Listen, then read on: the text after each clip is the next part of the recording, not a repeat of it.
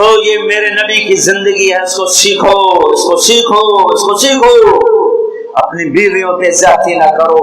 دنیا کا حسین ترین رشتہ ہے خامد اور بیوی، دنیا کا حسین ترین رشتہ ہے خامد اور بیوی، اور جنت کا سب سے حسین رشتہ ہے خامد اور بیوی۔ ماں باپ کے لیے چند آیات، بہن بھائیوں کے لیے چند آیات، اولاد کے لیے چند آیات، خامد بیوی کے لیے سینکڑوں آیات ہیں، سینکڑوں آیات ہیں، سینکڑوں آیات ہیں۔ بیویوں پہ زیادتی نہ کرو۔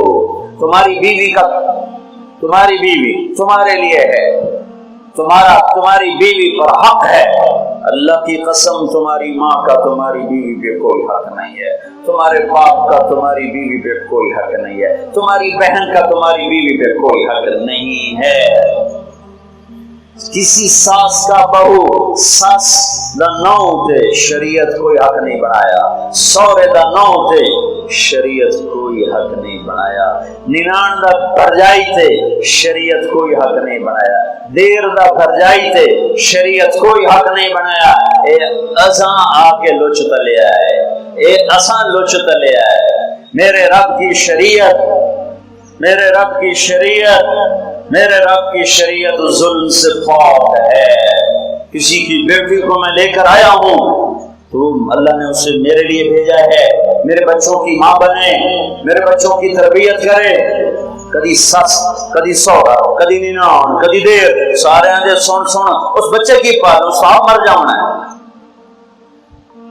وہ چولہے کے لیے نہیں آتی ہے، وہ نسل پالنے کے لیے آتی ہے۔ ہاں میں یہ نہیں کہتا، میں کسی کو بغاوت نہیں ابھار رہا ہوں، جو ظلم ہو رہا ہے وہ بتا رہا ہوں۔ میں آنے والی لڑکیوں سے کہتا ہوں اپنے خامد کے ماں باپ کی خدمت کرو، یہ ان کی عزت ہے، ان کی آبرو ہے، ان کی بڑائی ہے۔ لیکن میں سسرال سے کہتا ہوں کہ اس پر حق نہ جتلاؤ، اس پر حق نہ جتلاؤ۔ اپنی بیویوں کو حسن سلوک سے زندہ رکھو۔ میرے نبی نے آخری خطبے میں بیویوں کا حق بتایا، بہن بھائی کا نہیں بتایا، ماں باپ کا نہیں بتایا، دادے دادی نانے نانی کا نہیں دسیا، صرف بیویاں کا حق دسیا، صرف بیویوں کا حق بتایا۔ استوصوا بالنساء خیرا، اپنی بیویوں کے ساتھ تمہیں اچھے سلوک کا کہہ رہا ہوں، کیونکہ بیوی کے روپ میں کئی بیویاں بھی ظالم نکلتی ہیں، کئی عورتوں نے گھر اجاڑ دیے۔ کوئی ایسی بات نہیں ہے کہ ادھر رابعہ بصری بیٹھی ہوئی ہیں، ادھر بھی کئی شتوں بڑے آ جاتے ہیں۔ کئی عورتوں نے اپنے گھر خود برباد کر دیے، شادی کے بعد بھی اپنے ماں پیو دی منی جاندیاں، نہ خامن دی منیاں نہ نہ دے نال دل لیندیاں، تو ان کے گھر ٹوٹ گئے۔ کچھ اپنی بد زبانی کی وجہ سے انہوں نے اپنے گھر توڑ دیے۔